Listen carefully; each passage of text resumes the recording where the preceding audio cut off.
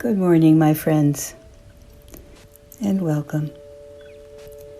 Today I want to walk with you through another part of what comes to us from the elders of the Hopi Nation.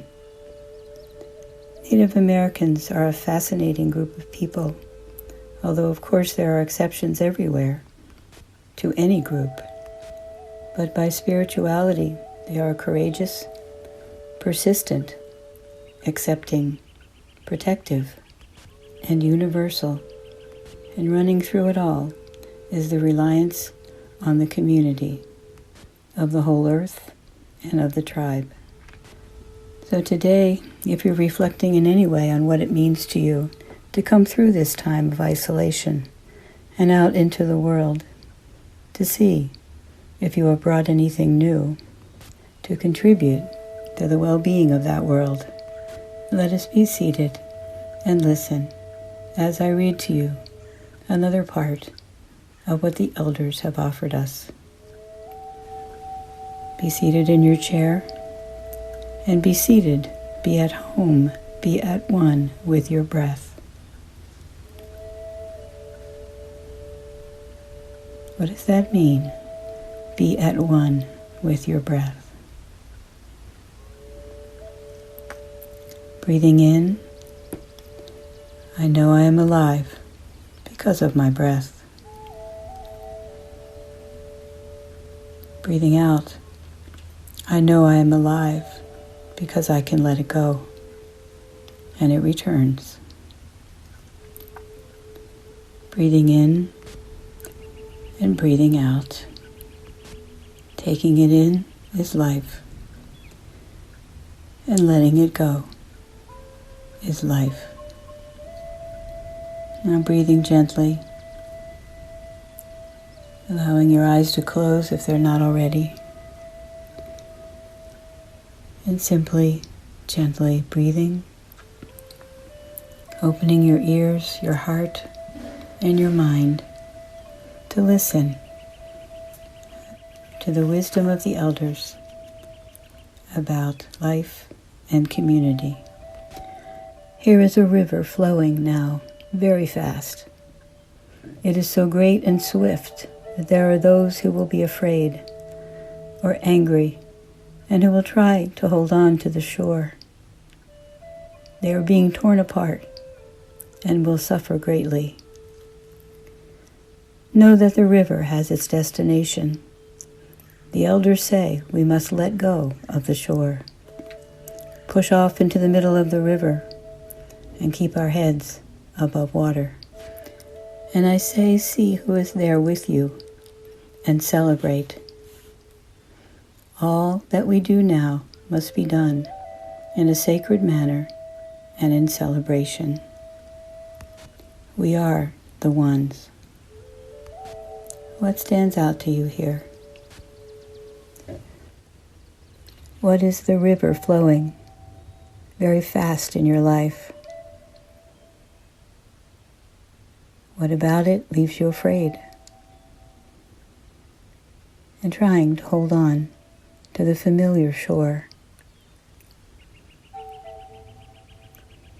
And are the Hopi elders correct when they say that those who are holding on to that shore are being torn apart and suffer greatly?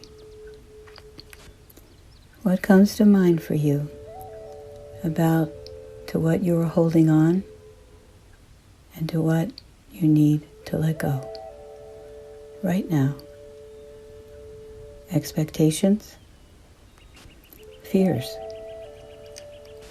things you were once certain of or took for granted, parts of your body or your being that seem as though they were once more whole than they are now because they're broken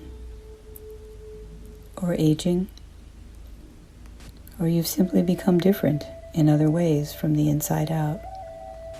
And bring to mind for your own awareness, in what ways is that holding on so great that you are sometimes clinging to the shore of what is past. The elders say, push off into the middle of the river. We must. And keep our heads above water. keep ourselves in mindful awareness. That was me, not the elders. What do you imagine, or what do you know about how holding on can tear you apart and leave you suffering?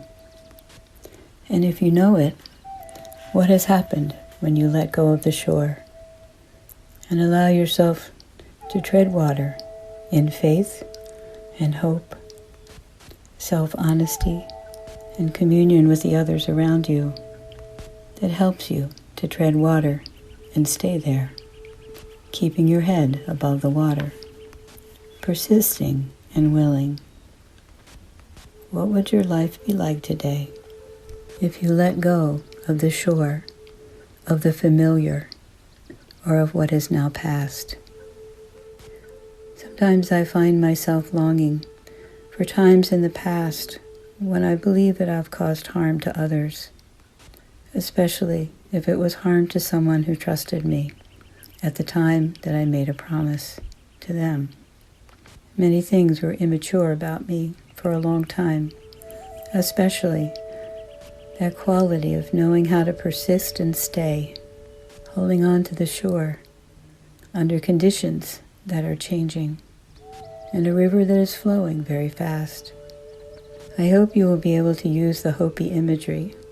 It is beautiful, and we've all seen those things, to reflect your inside-out awareness of times in your past that you may hold on to with regret or guilt or a wish to restore what, at that time, you participated in pulling apart or failing to sustain. Be mindful about this. Allow one of those times to come to your mind. It might be yesterday and something very, very small. Or it might be long past and something that actually changed the course of your life. Know that the river has its destination. The elders say, we must let go of the shore. Push off into the middle of the river and keep our heads above water. And I say, see who is there with you and celebrate.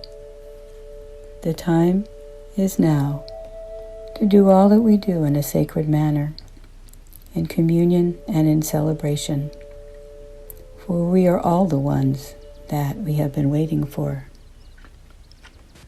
See who is there with you and celebrate. Celebrate what you have brought forward from the experience that you have remembered. From every experience there comes with you, if you allow it and invite it mindfully, a kind of greater wisdom that informs the actions that come from you today. The river has its destination, and perhaps that destination is the movement of our whole lives, from one point of opening to the point of transition when our life on this earth, in this body, is finished. Allow yourself to see that destination in your own life, or at least the movement toward it. What is it that has grown in you? What have you brought and made manifest in your life, or in the lives of your children, out of the learning from those times in the past? And don't believe for a moment that those people who you believe were harmed by you have also taken their own wisdom and gone forward. This is the way that the river flows. So take the time to bless that memory, to express your sorrow within, and also your awareness that life has grown in you and borne fruit, just as it does for everyone who is willing to go forward with persistence and faith and gather wisdom. Keep it up today, my friends, as you go out, as you go back, and as you go forward. All that we do now must be done in a sacred manner and in celebration. Namaste. Amen.